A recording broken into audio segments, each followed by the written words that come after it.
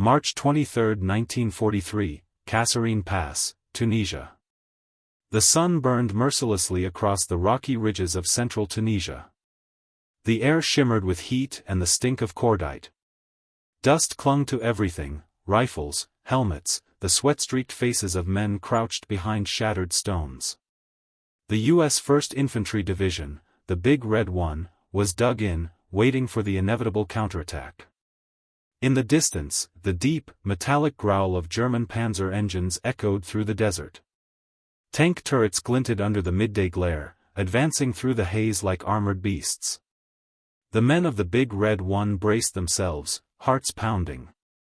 And at the center of it all, standing upright amid the chaos, was their commander, Major General Terry de la Mesa Allen. Allen didn't look like the typical general. No polished boots, no spotless uniform, no stiff posture.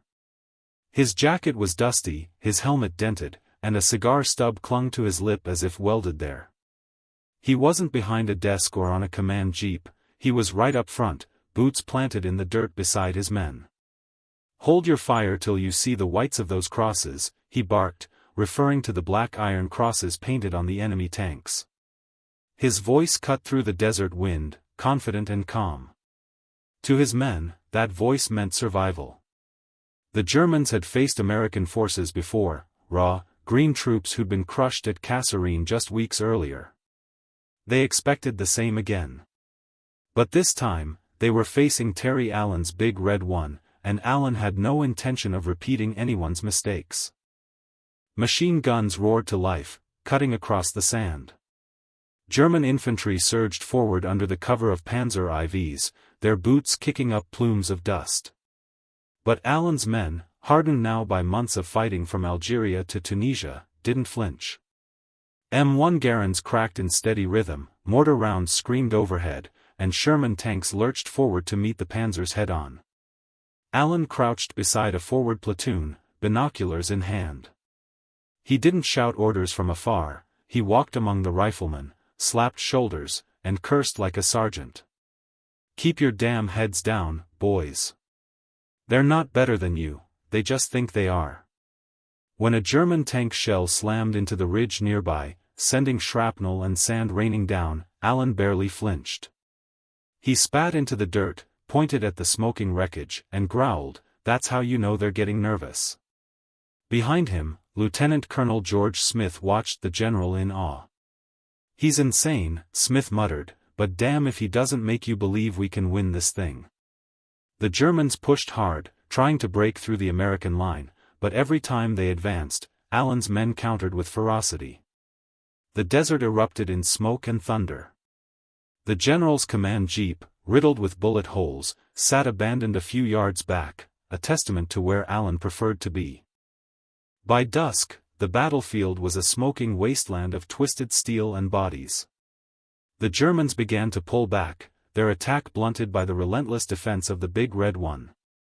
Allen stood on the ridge as the sun dipped below the horizon, turning the desert blood-red.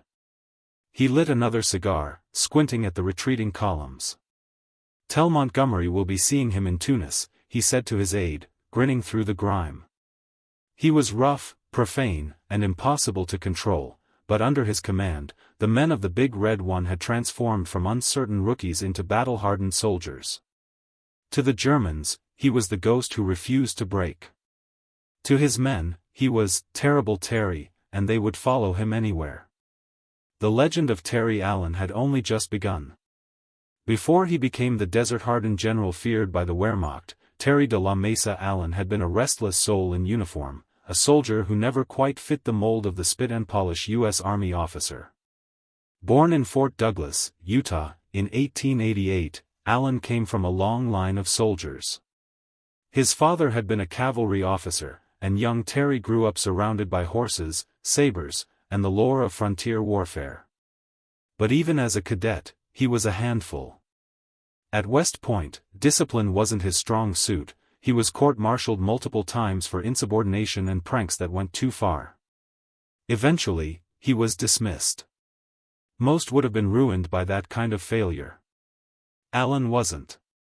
He reapplied, clawed his way back in, and finally graduated, years late, but with an edge that would define him forever.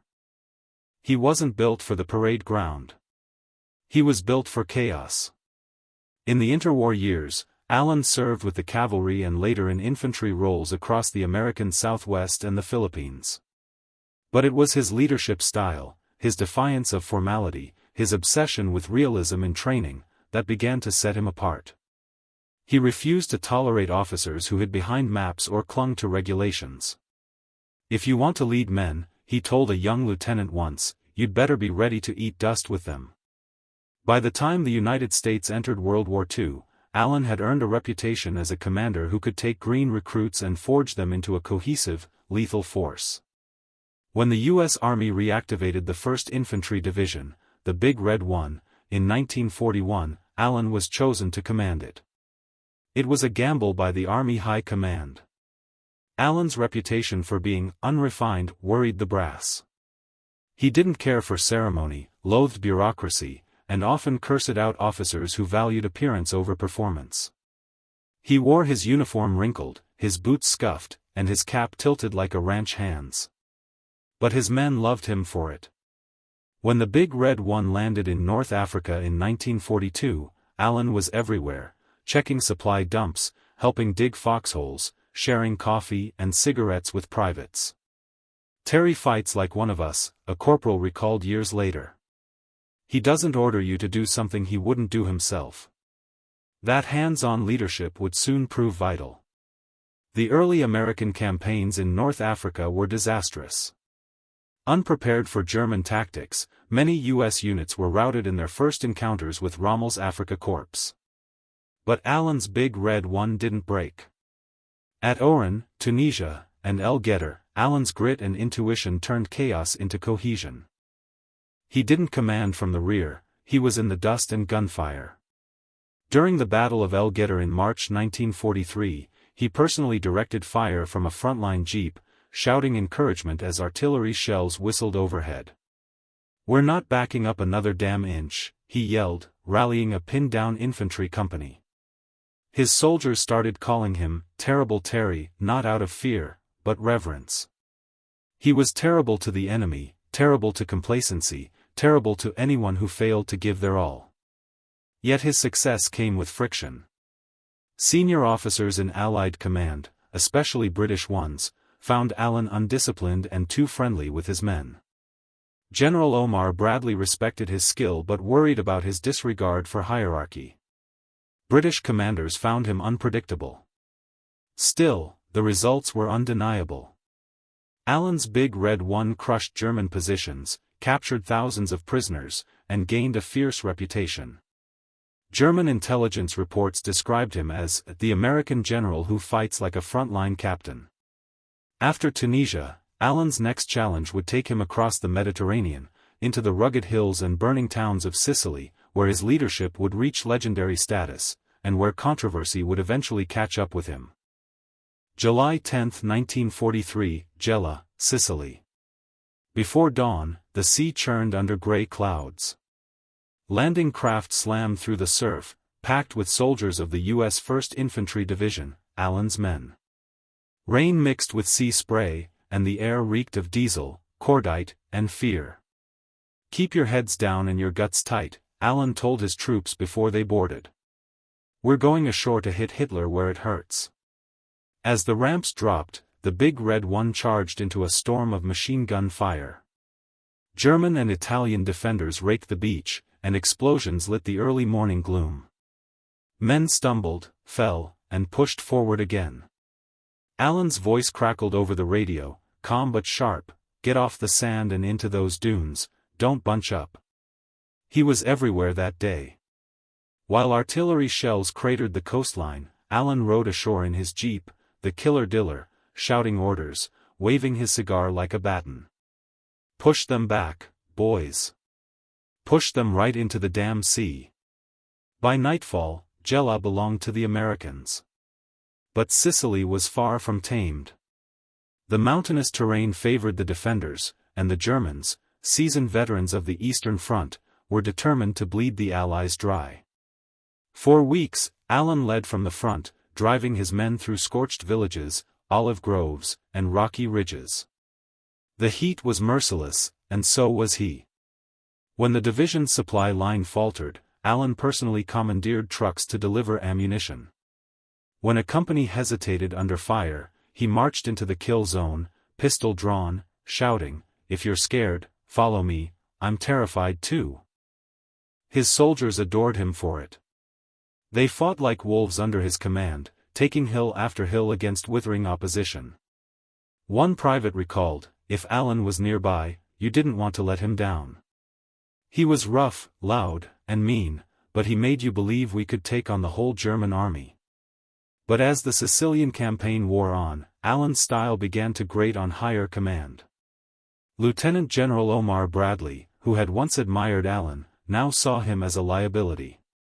Allen's men were too relaxed with discipline, helmets off in camp, uniforms unkempt, jokes flying even in earshot of British officers. To Allen, it meant morale. To Bradley and Eisenhower, it meant disorder. At Troina, one of the toughest battles of the Sicilian campaign, the Big Red One fought a brutal uphill struggle against entrenched German positions. Casualties were horrific, but Allen refused to pull back. "We'll take that ridge or die trying," he told his officers. And they did, at terrible cost. When Troina finally fell, the victory was undeniable, but so were the tensions it exposed. Bradley believed Allen's division lacked the spit-and-polish discipline expected of an American force. Allen believed Bradley cared more about appearance than results. In August 1943, just after Sicily was secured, Major General Terry Allen was relieved of his command. The order came down quietly, but it hit like a bombshell. His men were furious. They gathered around his tent, demanding answers. Allen stepped outside, face weathered, cigar burning low. "Listen up," he said. "You don't have to like it. Hell, I don't like it. But we've still got a war to win. You fight like you always have, like the Big Red One. That's all I ever wanted." As he drove away, the men lined the road, saluting their general. Some cheered, others wept. The Germans had feared him, but it was his own army that sent him home. Still, Terrible Terry wasn't done. There was another fight coming, a new division to lead, and another chance to prove that real leadership isn't found in rule books or clean uniforms, but in the mud, smoke, and blood of the front line. August 1944, Camp Carson, Colorado. The war had shifted far from the sands of North Africa and the hills of Sicily. Across the Atlantic, Allied armies were pushing deep into France. For Major General Terry de la Mesa Allen, now back on American soil, the question was simple: would the army ever let him fight again? He had been quietly reassigned to train a new outfit, the 104th Infantry Division, nicknamed the Timber Wolves. Most of its soldiers were fresh-faced recruits, kids who had never seen combat. To them, Allen was a living legend, a man whispered about in mess halls, the general the Germans feared and the brass couldn't control. When he first walked onto the parade ground, his men expected a towering, godlike figure. What they got instead was a dusty, middle-aged man with a raspy voice, a chewed cigar, and a grin that looked halfway between a sneer and a joke. "All right, boys," he said, hands on hips. "You're gonna learn to fight like soldiers, not march like dancers. We don't win wars with pretty salutes." Laughter rippled through the ranks. That was how Allen liked it, no distance between commander and soldier. But behind the humor was deadly seriousness. He drilled his men relentlessly, pushing them through night maneuvers, live-fire exercises, and forced marches. Night fighting, he told his officers, is what separates hunters from prey. And I don't train prey. Allen believed war was fought best by men who trusted their instincts, and each other. Under his command, the 104th became masters of nighttime combat, earning the title, Night Fighters. When orders came in late summer 1944 that the Timberwolves were heading to Europe, Allen was ready. He'd been waiting for redemption. October 23, 1944, Holland. The Timberwolves landed in Europe and immediately joined the drive through the Netherlands toward Germany. It was a brutal, rain-soaked campaign, mud to the knees, bitter cold, and constant enemy shelling. Yet Alan thrived. He walked the front lines daily, shouting encouragement, cracking jokes, and calling artillery corrections himself.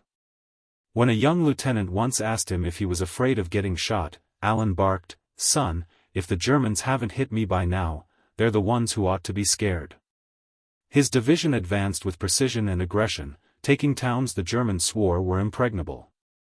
They fought their way across the Mark River, stormed Zundert, and battled through the dark forests of the Siegfried Line. The Timberwolves earned a reputation for striking fast, hitting hard, and never losing ground once taken. Alan's men adored him, just as the Big Red One had. But this time, something had changed. He was still rough, still profane, but wiser. He managed his relationships with higher command more carefully, knowing how fragile a reputation could be. In November 1944, as the 104th approached the German border near Eschweiler, a young sergeant found himself pinned under heavy machine gun fire. Before medics could reach him, Alan himself crawled forward through mud and shell bursts, grabbed the wounded man by the collar, and dragged him to safety. When the stunned sergeant later tried to thank him, Alan waved him off. "Save it, kid. You can buy me a beer when this mess is over."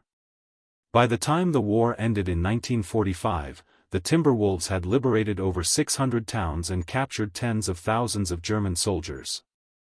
Alan had led them every step of the way, just as fiercely as he had led the Big Red One, but this time with something new, restraint. When victory finally came, Alan gathered his men for one last talk. Standing on a captured German airfield, he looked out over the crowd of exhausted, mud-covered soldiers. "You did it," he said quietly. "Not the brass, not the papers, you. You made history the hard way. You fought clean, you fought tough, and you never quit. That's what a soldier's supposed to be." He lit his last cigar of the war, eyes distant. "Now go home. You've earned it." For the Germans, Terry Allen was a relentless ghost of the battlefield. For his men, he was proof that the truest kind of leadership doesn't come from rank or ceremony, but from courage, loyalty, and the willingness to share every danger your men face. His legend endured long after the gunfire stopped. Terrible Terry Allen, untamed, unbreakable, unforgettable.